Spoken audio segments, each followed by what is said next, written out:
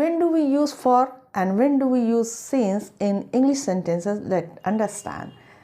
यानी कि English sentences में फॉर का यूज़ कहाँ पर करेंगे और सीन्स का यूज़ कहाँ पर करेंगे, इसको हम जानेंगे। तो जब भी हमें ये बताना होगा कि कोई काम कितने समय से चल रहा है, तो हम यहाँ पर यूज़ करेंगे फॉर का। यानी ड्यूरेशन ऑफ टाइम जब भी हमको बताना होगा तो वहाँ पर यूज़ होगा फॉर का। जैसे 2 दिनों से, 2 हफ्ते से, 2 सालों से, 2 महीनों से, तब हम यूज़ करेंगे फॉर का। जैसे मैं 2 सालों से वीडियो बना रही हूँ।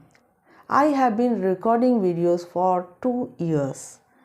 लेकिन जब हमें एक ख़ास टाइम बताना होगा, यानी स्पेसिफिक पॉइंट ऑफ टाइम बताना होगा, तब हम वहाँ पर यूज़ करेंगे सीन्स का। जैसे मैं 2021 से वीडियो बना रही हूँ। I have been recording videos since 2021। Clear? तो वीडियो को डिटेल से देखते हैं, वीडियो के एंड तक बने रहिएगा। और अगर मेरा वीडियो पसंद आता है तो इसे लाइक शेयर ज़रूर कर दीजिएगा। मेरे चैनल को सब्सक्राइब कर देना, साथ में बेल आइकन को भी प्रेस कर देना ताकि आप लोगों को नोटिफिकेशन मिलता रहे। Let's get started. Hi everyone, welcome back to my channel clear concept. I am Raksha Khan और इस वीडियो में हम सीखने जा रहे हैं कि इंग्लिश सेंटेंसेस में हम लोग फॉर का यूज़ कहाँ पर करते हैं और सीन्स का यूज़ कहाँ पर करते हैं। तो वीडियो स्टार्ट करने से पहले एक छोटा सा लिस्ट है, यहाँ पर आप वो देख लीजिए कि फॉर का यूज़ कहाँ पर करते हैं। फॉर का यूज़ करते हैं पीरियड ऑफ टाइम के लिए या ड्यूरेशन ऑफ टाइम के लिए। जैसे 2 दिनों से, for 2 days, for 2 weeks, for 5 months, for 5 years, for a long time। और सीन्स का यूज़ कहाँ पर करते हैं? सीन्स का यूज़ करते हैं पॉइंट ऑफ टाइम के लिए। जैसे सीन्स मंडे, सीन्स 2021, सीन्स जुलाई, सीन्स मॉर्निंग।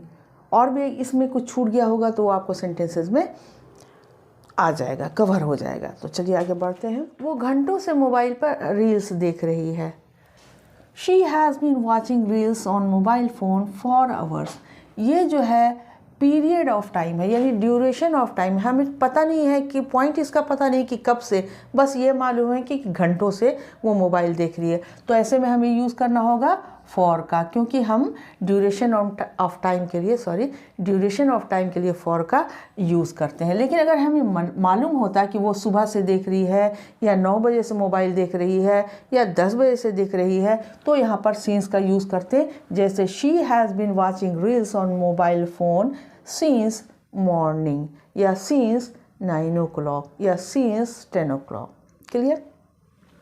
नेक्स्ट सेंटेंस है, मैं इस सिटी में 10 सालों से रह रही हूँ। 10 साल यानी ये पीरियड ऑफ टाइम है, ड्यूरेशन ऑफ टाइम है। तो इसके लिए हम यूज़ करेंगे फॉर का। I have been living in this city for 10 years। 10 years duration of time है, इसलिए यूज़ किया गया है फॉर का।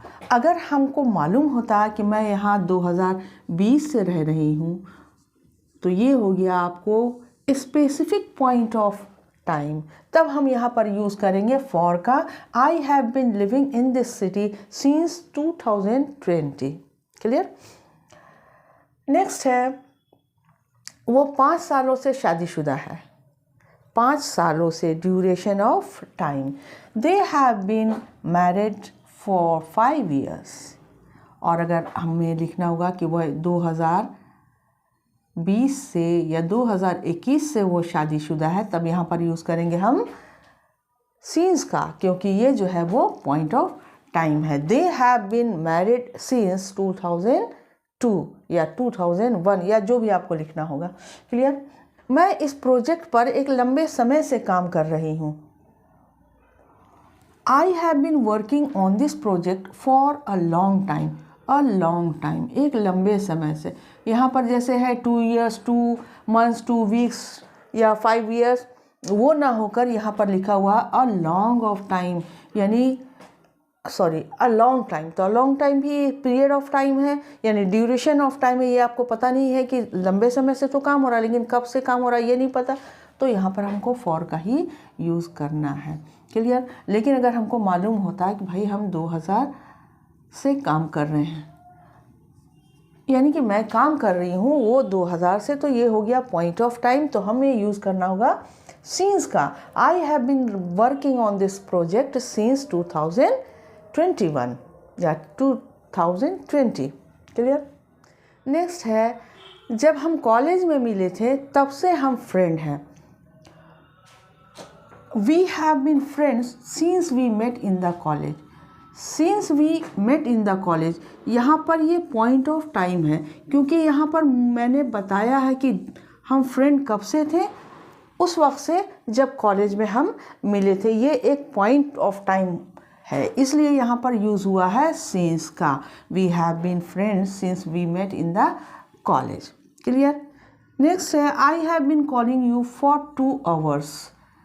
2 hours पीरियड ऑफ टाइम यानी ड्यूरेशन ऑफ टाइम, और यहाँ पर यूज़ हुआ है फॉर का, यानी मैं तुम्हें घंटों से 2 घंटों से 2 hours, मैं तुम्हें 2 घंटों से कॉल कर रही हूँ या कॉल कर रहा हूँ, तो फॉर का यूज़ हुआ। लेकिन अगर मुझे कहना होगा मैं तुम्हें सुबह से कॉल कर रहा हूँ, तब यहाँ पर सिंस का यूज़ होगा। I have been calling you since morning. Clear, क्योंकि मॉर्निंग जो है वो स्पेसिफिक पॉइंट ऑफ टाइम है। नेक्स्ट है, वो मंडे से लापता है। मंडे से यानी पॉइंट ऑफ टाइम हमें पता है कि मंडे के दिन से वो लापता है, तो यहाँ पर सिंस का यूज़ होगा। He has been missing since Monday.